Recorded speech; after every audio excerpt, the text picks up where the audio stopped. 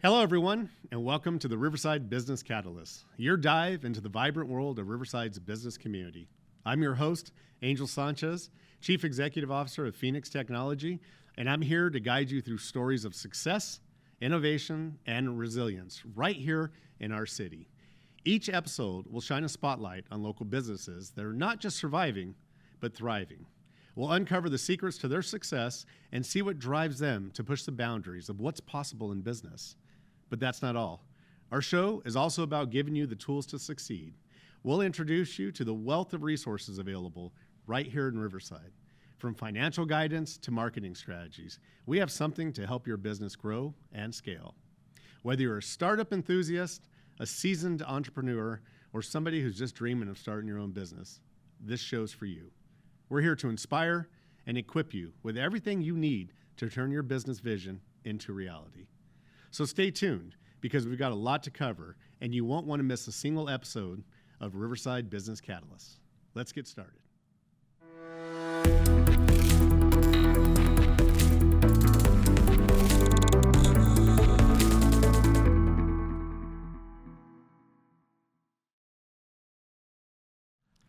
Today, we're honored to feature a true pioneer in the world of electronics, Gordon Borns, Chairman and CEO of Borns Incorporated. Gordon's journey began in the family garage in Pasadena, where Borns was founded by his parents, Marlon and Rosemary Borns, in 1947. From his early days working during weekends and summers, Gordon was deeply embedded in the company's culture. After earning a BS in electrical engineering from UC Irvine and an MBA from UCLA, he officially joined Borns in 1973, embarking on a career that spans 5 decades. Under his leadership, Borns has grown into a global powerhouse, manufacturing over 10,000 different products across 22 facilities worldwide, and they employ more than 8,000 people. Gordon's focus on strategic planning and innovation has driven Borns to be a leader in its key markets, which include automotive, consumer, industrial, and telecommunications. Beyond his corporate achievements, Gordon is passionate about STEM education.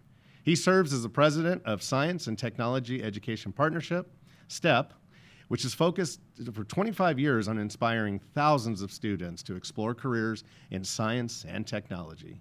He also serves on the UCR Foundation Board, the California Baptist University Board of Visitors, the STEM Academy Foundation Board, and the Woodcrest Christian School System Board. Balancing a demanding career with family, Gordon cherishes the time with his wife of 45 years, Jill, their 4 children, a daughter-in-law, 3 son-in-laws, and 8 grandchildren. Please join me in welcoming my good friend, Mr. Gordon Borns. Thank you very much, Angel.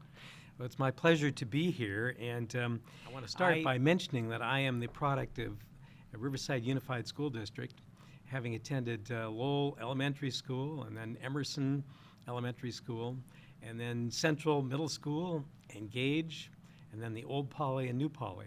And that prepared me very well for going on to UC Irvine for a degree in electrical engineering at Irvine, and then a MBA at UCLA. I am very fortunate to have a loving wife of 45 years. In fact, she and I met at a Junior Chamber of Commerce conference or convention up in Oakland. We ultimately dated and then got married, and we have enjoyed our marriage very much. So our family is very important to us. We try to visit them as often as we can in between my endeavors in STEM education and also the work responsibilities, being a steward for the company that my parents founded back 77 years ago.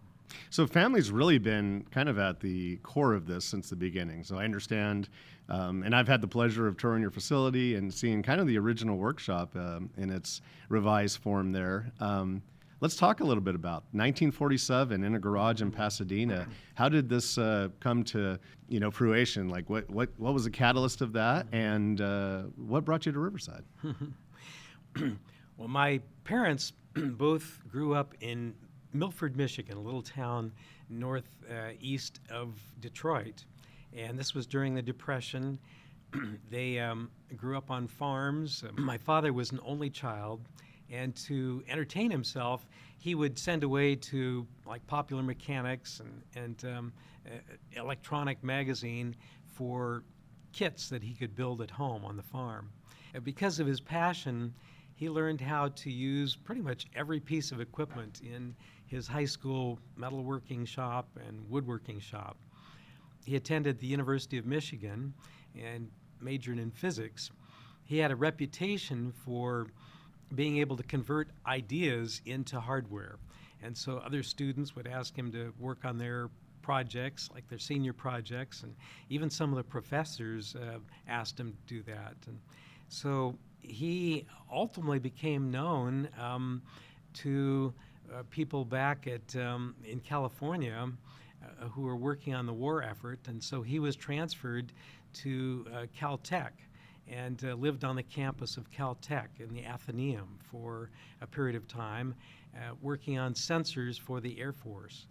And so after the war concluded, he thought a lot of this technology could have real good application in commercial aviation. So he developed ideas but waited until 1947 when my mother, who was 5 years younger than him, Rosemary,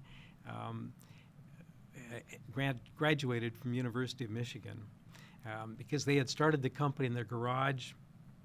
They were using the stove and freezer for hot and cold temperature testing of their parts. These were parts that would be used in the aircraft to measure the position of the rudder, the elevator, also the rate of climb of the aircraft, the altitude, many important sensors required to safely fly an aircraft.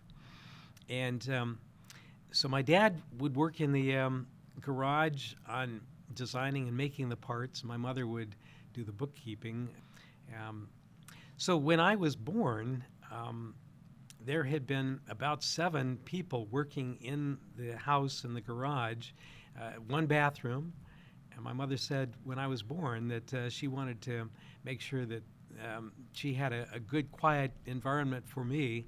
So she asked my dad to move the company out to, it ended up being a candy store, former candy store in downtown Pasadena. So that was up until 1950 when they had another big change. That change was that the Riverside Chamber of Commerce and some of the city council members and even the mayor were very active in trying to attract my parents to come to Riverside. And they finally made the move with the help of the Riverside Chamber of Commerce, who paid for the cost of a single flatbed truck to move all the equipment from Pasadena to Magnolia Avenue in Riverside. And the main reason that the Chamber of Commerce gave was that March Air Force Base was transitioning from a wartime footing to a peacetime economy. And there were many technicians and good engineers who had been on March Air Force Base to help with the war effort, but they wanted to find now careers, and they were hoping that they would stay in Riverside. So many of the early employees came from March Air Force Base. And in fact, the high level of technology of these former Air Force engineers helped the company to develop its technology very quickly. And I delight in telling students when they tour the replica of our garage, which we have in the courtyard of our facility in Riverside, and it's got all the original equipment and products and even the original doors from the garage, and so it's a very accurate replica. So I tell them that this was the humble beginnings that my parents had. My dad made his drafting table that he used to design the products, and also they worked together to make a table for my mother to use for bookkeeping, and those are preserved. And the original general ledger, we have a copy of that showing every single expense that they incurred for the first 3 years of the company business. And so I tell the students, this is the humble beginnings, But just 22 years after they started in the garage, they marveled as the Apollo astronauts landed on the moon using landing controls made by Bournes right here in Riverside. And as the astronauts stepped out onto the surface of the moon to walk, they, in their backpacks, had 3 pressure regulators that regulated the oxygen that the astronauts breathed and their suit pressure. So I tell students that if they have good ideas and a great team, they can go from a garage to the moon in 22 years. Yeah, I mean, that's exactly why I asked you to be our first guest, because it's such a special story, and I've known you for a little while, and I've read a family book, and I've listened to a lot of your stories and been to visit, and it's truly that American dream story, a vision, and probably not nearly the vision that it turned out to be, but your parents looking at what they can do to create opportunity for themselves and to secure financial security and all that for the family. But really, it's a success story unlike many others, and it's a Riverside story. And so it's great that the genesis was in Pasadena, but the chamber and the city leaders of that time to really kind of take into consideration not the size and the scale of who you were at that time as an organization, but what the potential was. And that's exactly what we're hoping to do with this show is offer success stories, advice, and tips so that we can have a multitude of Bourne stories here. And the other thing I love is the connection to March. I don't think most people realize how special March is in Riverside's history, and going back to the early days of the 20th century to even today, the technology and all that's in there, and having those relationships are critical to our economic success here in the region, and obviously it was absolutely critical to the success of Bourne. So thank you for sharing that. Well, I was very blessed by the fact that my dad would work with my 3 sisters and me on projects like building a little radio, a Heathkit radio, and walkie-talkies. And so we learned how to do soldering at a very early age, and what different components were on the PC boards that were in the Heathkit radios. And that's why I decided I did want to be an engineer and continue in my parents' footsteps. But it also inspired me to kind of reinvest in our community. In fact, our family has always felt that we needed to give back to the community because Riverside has been such a great place to grow a business and raise a family. So over the years, we made investments in local universities. In fact, we felt that the best way to honor my parents was through a grant to UC Riverside that helped the College of Engineering over at UCR get started and grow. And so thankfully the college, the engineering college at UCR is called the Marlin and Rosemary Bournes College of Engineering, and which is, they were able to experience many graduations in person to realize that that dream of recognizing them for their many accomplishments. So this summer we have 8 programs, including our academies, all week-long programs for kids as young as 5th grade, clear through high school, about various aspects, career opportunities in STEM. So it's very rewarding to see this program in its 9th year doing so well, serving our community, exciting kids about career opportunities in STEM. So it's real obvious that giving back to the community is an important part of your journey and your family's journey. And I think oftentimes it's part of every business's journey. As small businesses become medium-sized businesses and they become successful, they oftentimes turn around and pay it forward and give it back to their community. And so your story is amazing and everything that you guys have done. Tell me a little bit about this 75-year journey. What kept you in Riverside? I mean, so often we hear about companies moving. They move to what seems like more attractive locations, or maybe they move out of state, in some cases out of the country. But you guys have kept the headquarters here in Riverside. And you've had expansion around the globe, which is necessary to meet kind of the global economy. But Tell me a little bit about what was it about Riverside that this marathon of 75 years, hopefully 150 years, took place.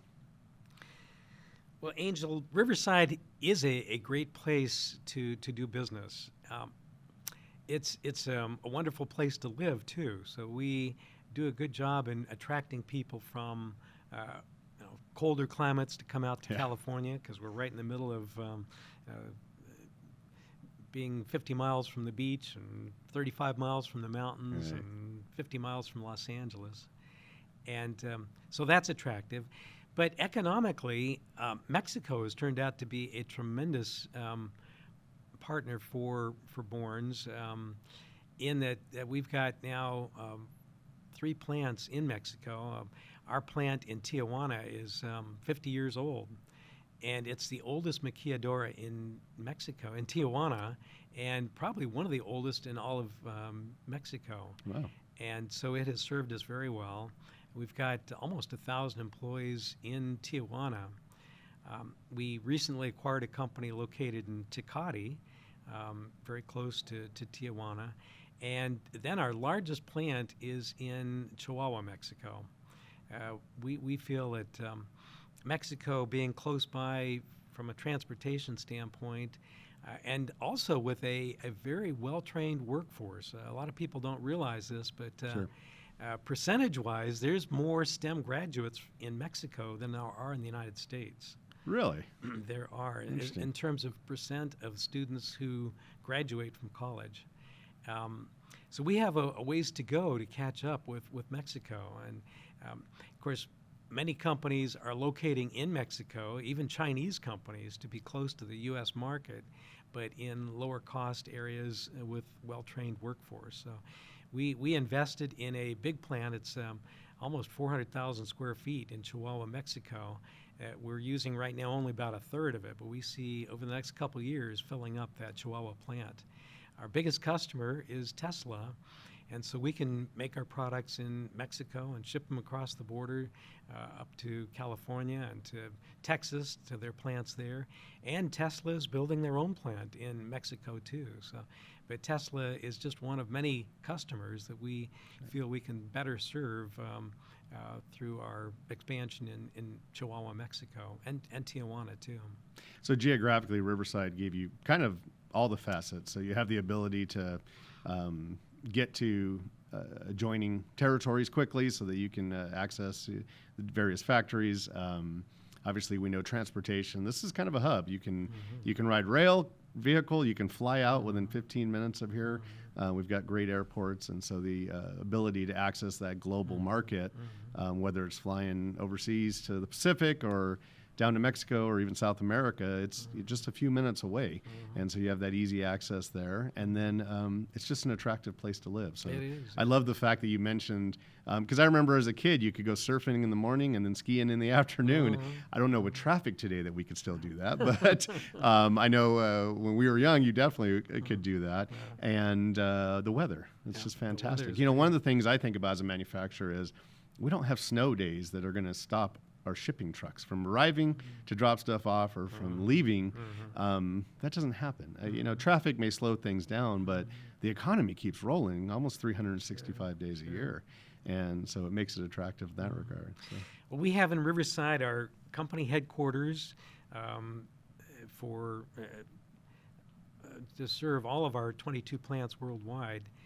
And we've got our computer data center here in Riverside, all of our corporate functions, finance, human resources, research and development, laboratories. In fact, we also have a very active intern program too. This summer I'll have 8 interns. I'll have about 5 interns from Cal Baptist and 1 from UC Riverside, 1 from MIT for a second year, and 2 twin girls who are in mechanical engineering at UC Irvine. In fact, I think they're the granddaughters of Mayor Loveridge. Oh, no kidding. So it's good to be able to So see definitely that Riverside connection, yeah. the Riverside connection there too. And, just met them for the first time yesterday, but they're very interested in being interns too. But these interns are going to be helping us with all these STEM summer learning labs. So they're going to be working hard. That's excellent. So if you were to offer some advice to that, maybe that young couple working in their garage, or that young entrepreneur at an incubator that's considering really expanding their business, like what's that one piece of advice that you would offer them, looking back over kind of with that 2020 hindsight vision? What's something that you would have for them as a piece of advice? In terms of advice for a young couple just starting up, I think it's really key to find and retain good people. So open communications and encouraging people helps to retain good people too, because they feel like they're part of the team. So finding good people, training them well, and keeping them on the bus, as Jim Collins in the book Good for Great talks about, is get the right people and the right seats on the bus, right. Keep them on the bus. Well, this has been wonderful. I mean, your story, as I've said multiple times, is amazing. I was really excited to have you as a guest today, and your contributions as an organization, as a family, and as an individual to this community are, like I said, amazing. And I appreciate you taking the time out today, and I look forward to continuing the journey with you, working with you any way we can from a STEM perspective, and seeing really the results of those young men and women that are coming through your facility, and seeing how maybe I can hire some of them someday, and how everyone else in this community can benefit from their successful journey. So thank you. Well, Angel, thank you very much, and we appreciate Phoenix being one of our resources this summer too. Our manufacturing kids are going to really enjoy spending a day at Phoenix. So thank you very much, Angel. Absolutely, it's been our pleasure. So, as you know, Gordon Borns and Borns Incorporated has just been an amazing partner here in the city of Riverside, and we hope that you can see that sometimes it seems a little bit of a struggle when you're working hard in that little garage, but your future can be incredibly bright. So I want to thank my guest, Gordon Borns, for spending the time with me today, and I look forward to continuing to watch this journey.